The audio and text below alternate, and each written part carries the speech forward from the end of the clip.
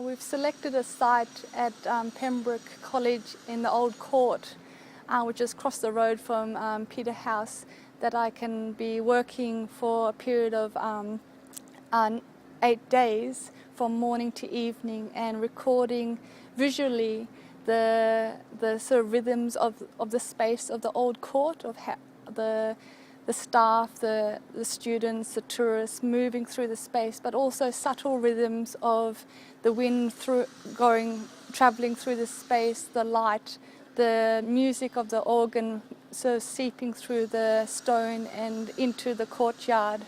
The work is over travelling slowly and developing over the archways that's dividing the war memorial to the courtyard. So it's a space that you can sort of drift in and out and through the space. It's a work that's reflective of time and experience and trying to sort of give new contemplation and a visual interpretation of time and reflection, and building on the rhythm analysis that Henry Lefebvre started exploring, but instead of like a list of sort of visual things that he could sort of witness, I'm trying to bring contemporary abstract drawing into the language of rhythm analysis and how they could perhaps complement each other or build upon each other. Okay.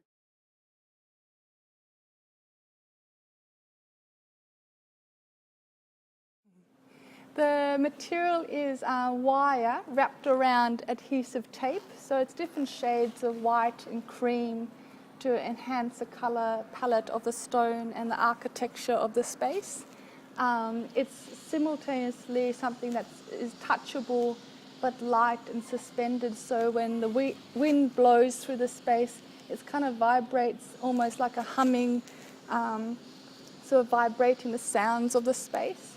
And it's sort of expanding the ideas of memory and rhythm, not only as an intellectual thing that you can hear and see and communicate in words, but it's something that's physical and touchable, so expanding on rhythm and memory in something that you can smell and you can hear and you can physically experience, and how sights can crystallize memories and so hold them.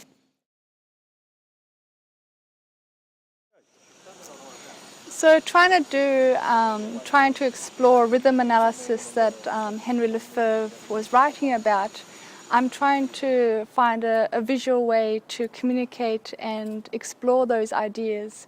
So when you're doing a site-specific abstract drawing in a space, at first you're sort of absorbing the movements of the people that live and work in that space. So you start to observe, the porters and the staff and the cleaners and the gardeners, the academics and students that move through the space, but also the tour guides that come in groups of 10 or 20 people at a time.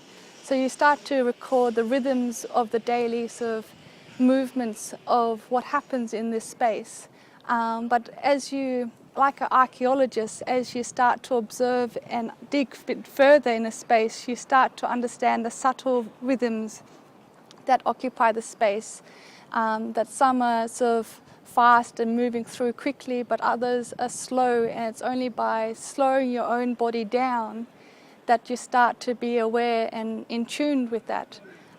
So it's sort of an understanding that you don't only intellectually start to be aware of, but you physically start to be aware of how my body moves through the space. And as my understanding develops and deepens, the work is developing simultaneously with how I'm responding to the work.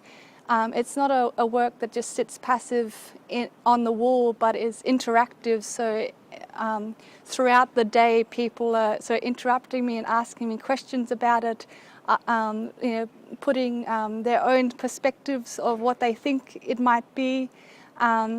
It's a work that engages the audience to come up close and physically touch it and ponder about it. It's a work that responds to the changing weather throughout the day, reflecting the light that bounces off this building in the afternoon sunlight, and the work starts to glow in the afternoon. But also on a rainy day, it has a gloss that the raindrops just sit almost like little crystals across the surface of the marks, that it's almost like physical memory of touch. So each line has been molded and twisted to complement the shape of how people move through the space. In the afternoon, the organ of the chapel starts to play. So if you can imagine almost the melody of the music seeping through the building and into the courtyard, how could you describe that melody in a visual way? So I'm sort of interpreting how the music weaves through the space and weaving that music in a time that sustains throughout the day, even after the music has finished.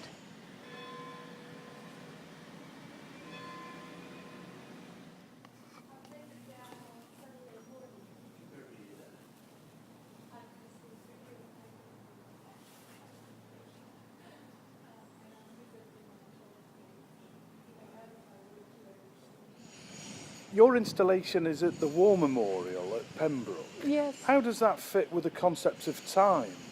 Well, the War Memorial is a place where you can come and sort of slow down and reflect on the past and the victims that have passed away during those events.